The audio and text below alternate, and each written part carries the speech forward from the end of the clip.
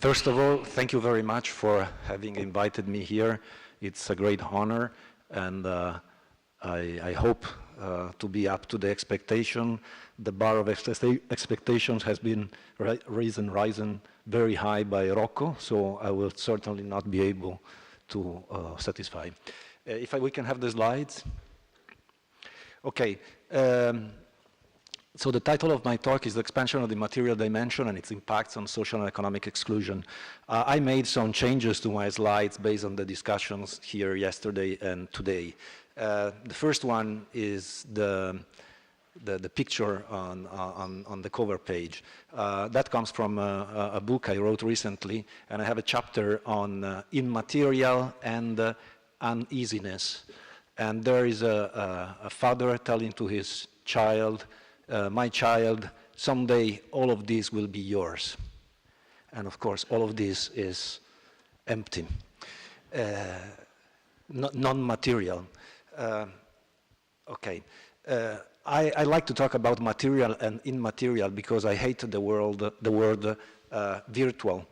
Normally people talk about virtual, but this is not virtual, this is very real. Like the money in the bank account is very real, but it's non-material. So I talk about material and immaterial, and I talk about dimensions rather than alternatives, because in every product, good, service, there are some components that are material and some components that are immaterial. And like length is not an alternative to depth, material is not an alternative to immaterial, but rather they are two dimensions. This digital transformation, as a matter of fact, this immaterial transformation is redefining the meaning of the words. We tend to use old words with new meanings. For example, well, the most clear example is a book. What is a book in the immaterial dimension? A book, a property. We lose the meaning of property in the material dimension. Everything becomes a contractual relationship where, by the way, you agree to arbitration rather than tribunal, etc. So all the things that we have built over centuries get redefined in their meaning and in the relationship between the parties because of this digital transformation. I don't know if all of you are familiar with the concept of exponential trends, but so I will just very briefly go over this just to have a common understanding, to ensure a common understanding. These two lines are two exponential. One is increasing and the other decreasing exponentials. So on a linear scale, so 10, 20, 30, 40, etc. Once you plot those trends on a logarithmic scale, so 0, 0.1, 1, 10, 100, that curve becomes a line. So whenever on a logarithmic scale you see a straight line, that means that the trend is, so one of the two pictures below, the trend is the one in the pictures above. So if you see a line growing, well, that in a logarithmic scale, that means that the phenomena is going up that way, very, very, very steep. Okay. Computers are mainly made up of three things: processing power, storage, and input-output. So these are the three general classes of components of computers. And this is a logarithmic graph showing the decrease in price in cost of computation over the years on a logarithmic scale. So this means that it drops in the way that it's depicted here at the top right. So basically, the price is reducing in extremely steep way. This is for computation. Of course, let me go back 1 second. This has an implication.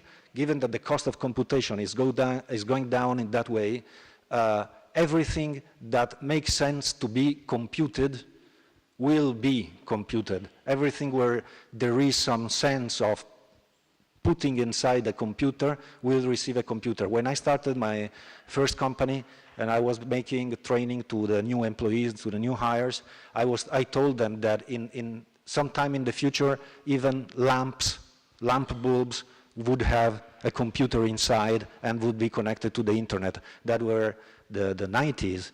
And as a matter of fact, what we are seeing today is that even lamp bulbs have computer inside. There are computers that are smaller than the scale of a, come si dice spillo? Oh gosh. Yeah, of the head of a pin, that are made so that they can put inside of paint, so you can paint furniture or anything and put computers inside of the painting. So this is about computing power. About storage, this has the same trend. So it's an upward trend in the capacity of storage per dollar that goes up in that steep way. The implication of this is that everything that can be stored will be stored. And this is what I always what I teach to my daughters.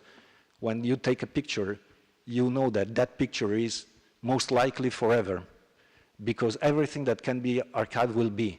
This has huge implications in privacy, for example. Then about data traffic.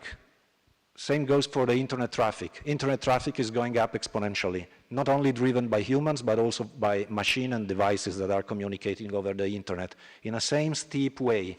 And these trends are going to be with us for at least another decade.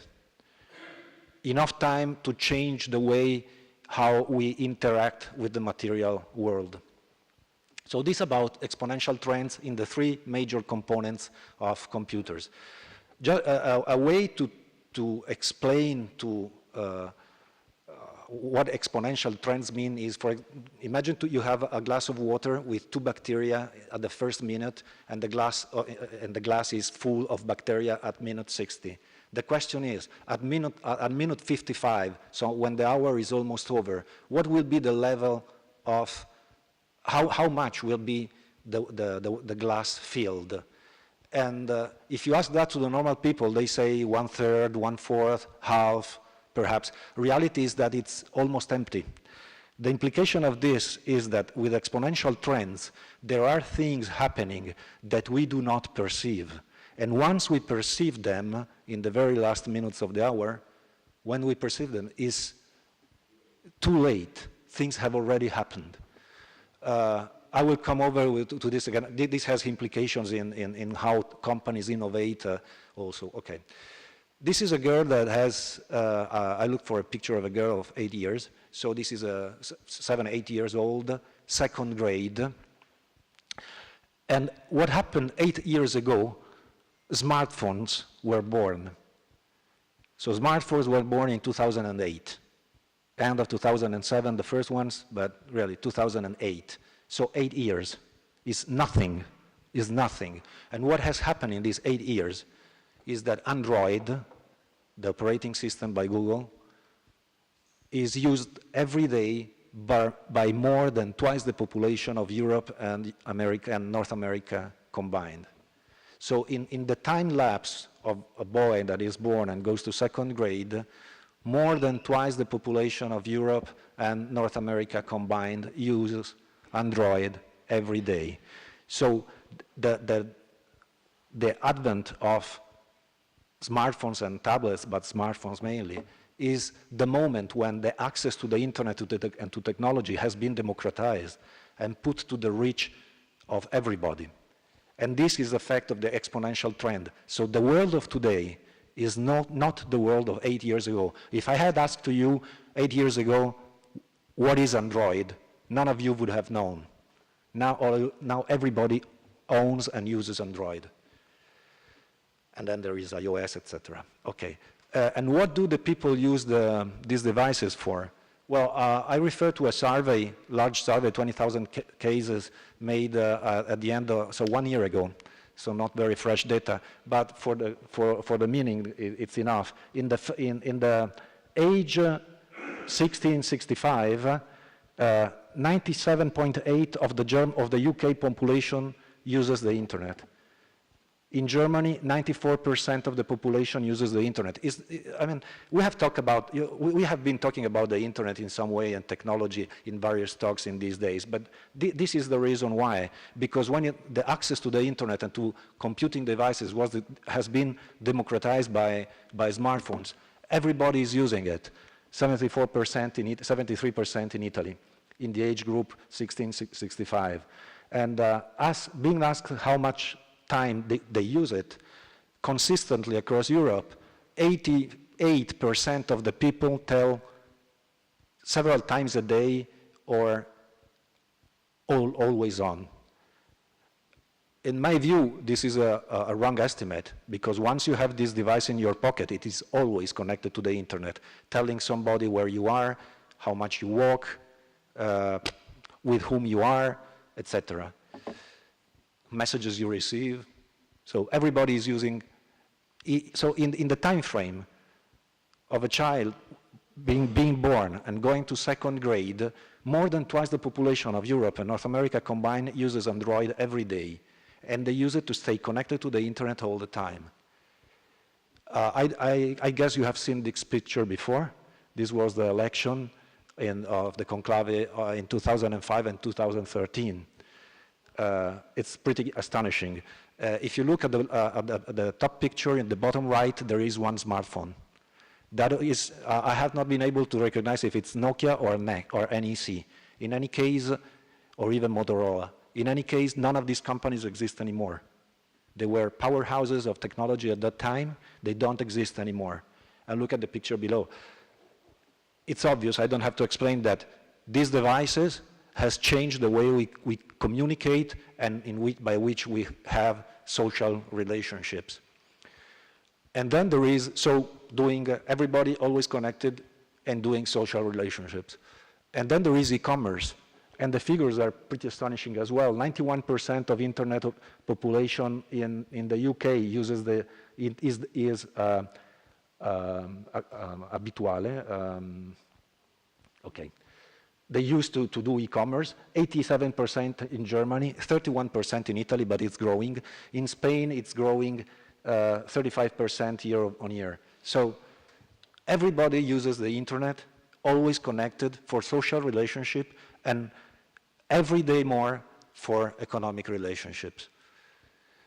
This has been fueled by a specific regulation that was introduced, somehow agreed and introduced at the same time frame in the United States and in Europe about the year 2000, where the internet players were regulated, but not in terms of competition and responsibility of intermediaries. So it was a very favorable condition for businesses to grow and to thrive. And with no, they had other regulations about interconnection, etc., perhaps in some cases, but not for competition. While normally, in the traditional world, in the material world, we have specific asymmetric regulations, mostly in Europe it's very evident, in order to allow small players to challenge large players. The effect, or the basic properties, how these trends tend to be exponential, I believe that are summarized in this slide. There are pretty obvious things, but just to recap. The material dimension, producing things for the first copy, the first chair, the first whatever, has a high cost.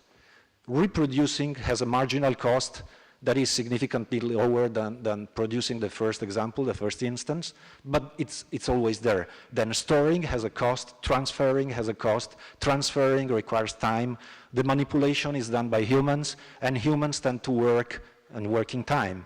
On the other hand, in the immaterial dimension, producing the first thing has a cost, but is significantly lower. And then reproducing has a cost that is marginally zero. Thanks to the dynamics of the prices of the basic technology in processing, storage, and communication, this cost is the marginal cost is nil. So reproducing does not cost, storing does not cost, transferring does not cost, transferring does not require time, and manipulation is done by computers that work 24 hours a day, 365 days a year. So it's completely different. I have several examples that I will not go through, we don't have time, but if you have a competitor that plays in the material space against an equivalent in the material space, they have a significant advantage. If you consider that regulation does not even think of putting pro-competitive regulation in the material, well, at the end you end up with the current internal world as we know it. Then material goods are rival and excludable, while immaterial goods, and it has been recalled the candle of Jefferson, those who light the candle of my, okay. Immaterial goods are not rival nor excludable. I mean, you can try to mimic it, but in the essence they are not.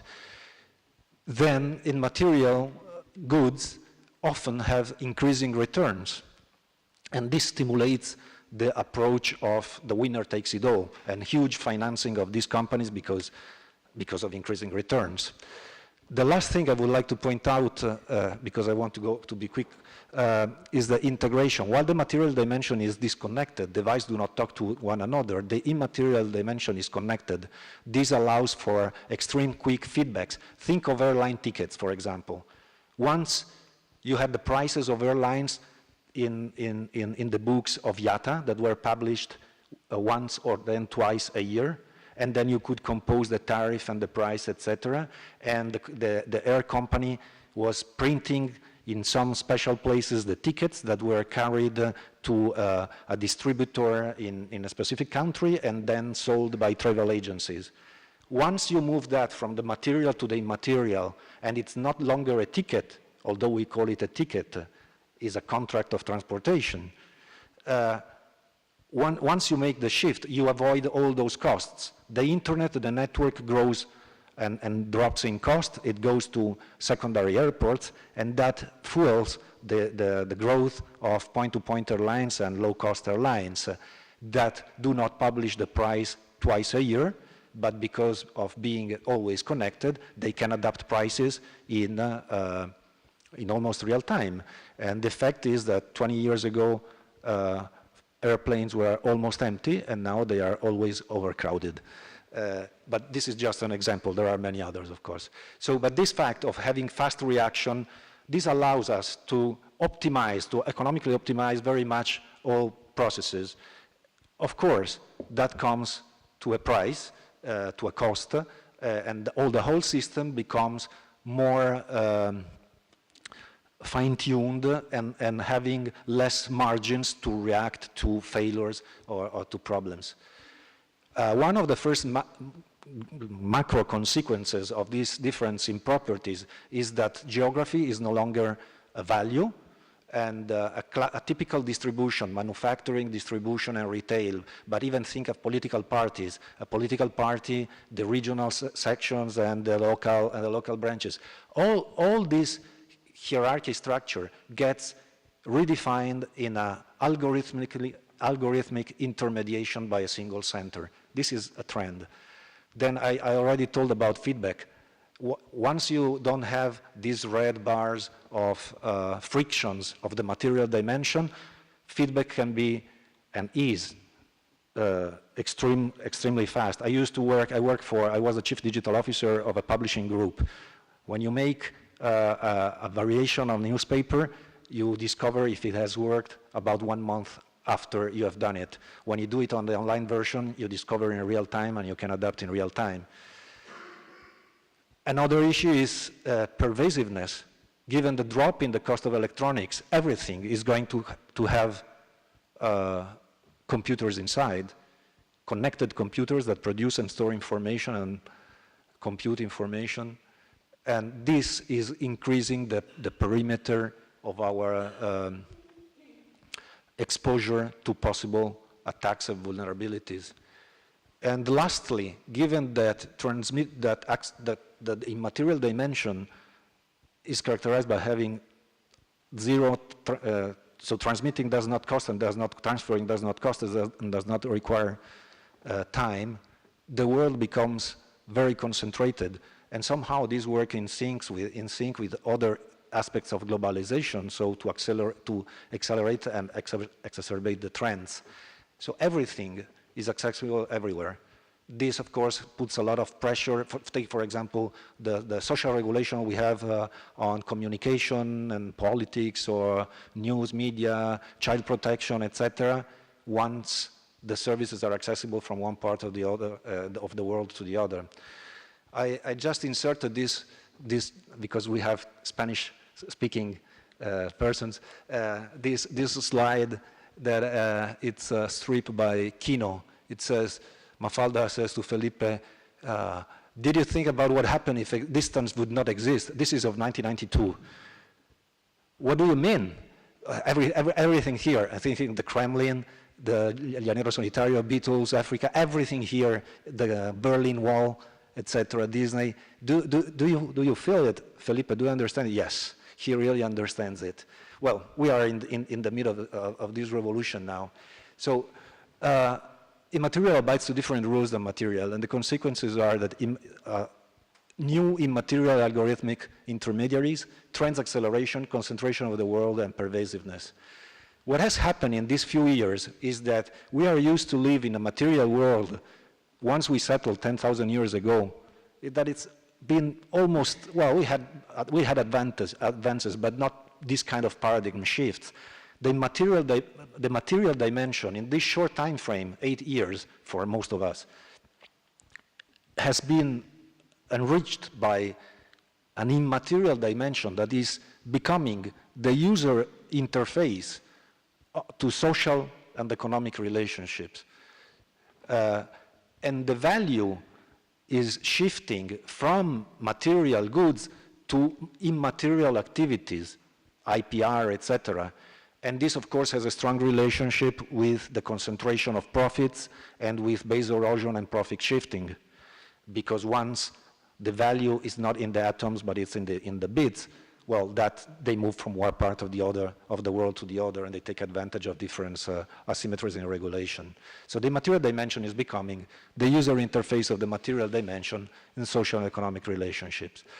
But the material dimension tends to be neutral, does not modify or intervene in the way how we communicate. What you hear is exactly what I told you, what I'm telling you in any part of this room. If we go out from here and we enter a shop, the air does not oppose us from entering one shop or the other. When we enter in the digital space, what happens is that there are a number of intermediaries or enablers. The network, and here is the concept of network neutrality. Network neutrality is the idea that the network must not choose loser and winners. And there is a huge debate on the internet about net neutrality. Those who control the network must not favor one communication from one end to the other with respect to another communication, because otherwise they could choose winner and losers. When people communicate or inform themselves or do their purchases. But it's not only the network, it's also the hardware, the operating system, and the application. We tend to think about technology as enablers, but what has happened in the last 8 years is that rather than enablers, technology technology companies have become intermediaries, and they are exacting a part of the toll. The two different sets in properties explain the sharing economy, for example, because the cost of coordination, of the material coordination, is almost zero. And that, of course, raises some issues because once we had compliance costs that were imposed to companies that were proportional to the cost that they were sustaining in the material dimension. A hotel, a restaurant, in Italy must have 2 refrigerators, one for ham and the other one for cheese. You cannot put ham and cheese in the same refrigerator. But of course, that is a marginal cost onto a restaurant.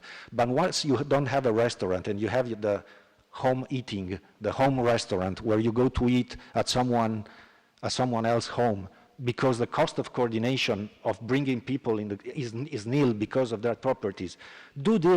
Is this compliance cost still applicable to this new kind of operations? Or put in other terms, are we willing to impose compliance costs on some operators enabled by the low cost of coordination, even if knowing that putting those compliance costs may kill the service itself? Because this is, or another form, yet again, the benefit, the marginal benefit of the people who is benefiting being a Uber driver, etc., is a trade-off with the rights that we are taking away from traditional organization. Okay, but let me go back to the presentation. So we tend to think about technology like being enablers, but they have become intermediaries. Well, Uber is an example, Airbnb is an example, anything is an example. Google itself with the Play Store on the device, Apple iOS, Apple Store is an intermediary. Booking and Expedia are intermediaries. They ask for 20% of the price of the hotel, VAT included, so about 30% of the price net, so that's almost all the margin of the hotels. And then, given that this is related to intellectual property, that flows to a different country where base erosion and profit shifting phenomena happens. Another important part is that, given that the material dimension is connected, we are leaving trails, and data, and storing data does not cost. We are leaving trails of all our activity, breadcrumbs of everything we do. I would really love to show you how many trackers are in a web page. If you go look to a YouTube page, you could easily find 50 entities that track your behavior. And they build a profile of you that got sold to companies that want somehow to do narrow targeting. So personal data that we leave is a tool to discriminate, not at the network level, but to enable discrimination at the application level. We held a conference here at the Chamber of Deputies with a mathematician, Andrew Odlyzko, and the Antitrust Authority, the Privacy Authority, and the Communication Authority. And Odlyzko's debating about the theory of Odlyzko, he says that once you have a perfect knowledge of your customer and you compete against someone that does not have the perfect knowledge of the customer, you are going to win. That will put a disincentive on competition, because markets, like the place where offer and demand meet, are becoming markets of one. And the entity, the player that has a perfect knowledge of the customer, has a significant advantage of this on the market. So these companies are extremely. This is a tool to catch fishes. There is, non so come si dice, esca. Esca, come si dice? Okay. At the top, and the fish enters, very easy to enter, but then you cannot get out anymore. So the concept of lock-in. They are extremely savvy in using network effects and lock-ins in order to build the community and not be able to, for anyone to get out. Once you have the community, and then they become platforms. But I don't like to call them platforms. I like to call them intermediaries, because this is what they are. They are not technological neutral. They are intermediaries. They intervene in the formation of the price and in information of the meet of the demand and see? Yes, I'm seeing it. Thank you. So what has happened, as already been told here, is that over the years, the largest companies by market cap have become those that exploit these network effects and lock-in effects and have these exploit all these benefits. This has implications. This is a picture from last year, less than 1 year ago. Well, you can see it. This is prompting, this has significant social impact. The picture on the left-hand side says, and much more on our online shop. And this has relationship with the social cohesion of a community. So this has problems, generates problem. Sharing economy does not share the risk. Airbnb, things that we regulated about evitating racism, about giving equal opportunity, etc., are coming again in new forms with these players. Facebook lets advertisers exclude users by race. The left-hand side is the moral machine, a research project by MIT for self-driving car. You can see a number of people have been cut. You can see a number of people on the left-hand side. Cosa è successo alle slide? On the left-hand side, and there are a number of old people, young people, someone crossing a red light, etc. What should the self-driving car do? Who should kill? So my talk is this: basic research is giving development electronics that have exponential trends, and based on the fact they have different properties, we have consequences where the immaterial intermediaries, trends acceleration, work concentration, and pervasiveness. Regulation, it's not a problem of regulation, it's even before, it's a problem of politics, of having the idea of how and what to regulate, and of course Laudato Si in 109 and 110 tells a lot about it, and this has socioeconomic effects. Let me go over one last slide, and it's this. Because this can be also an opportunity. It has been said here that community is key, that money is not an issue when you have it, and go to central banks to create money to save the poor and not save the banks. Well, complementary currencies now account for more than 20 billion in market cap. And given the fact that the world is a point, so everything is available everywhere, there could be an occasion of thinking also on top of regulation, etc., to favor the fact that we use complementary currencies in order to remunerate or strengthen the links at a community level. And of course, the church could play a part of this, because being in one part of the world is being everywhere. Thank you. That's it. Thank you.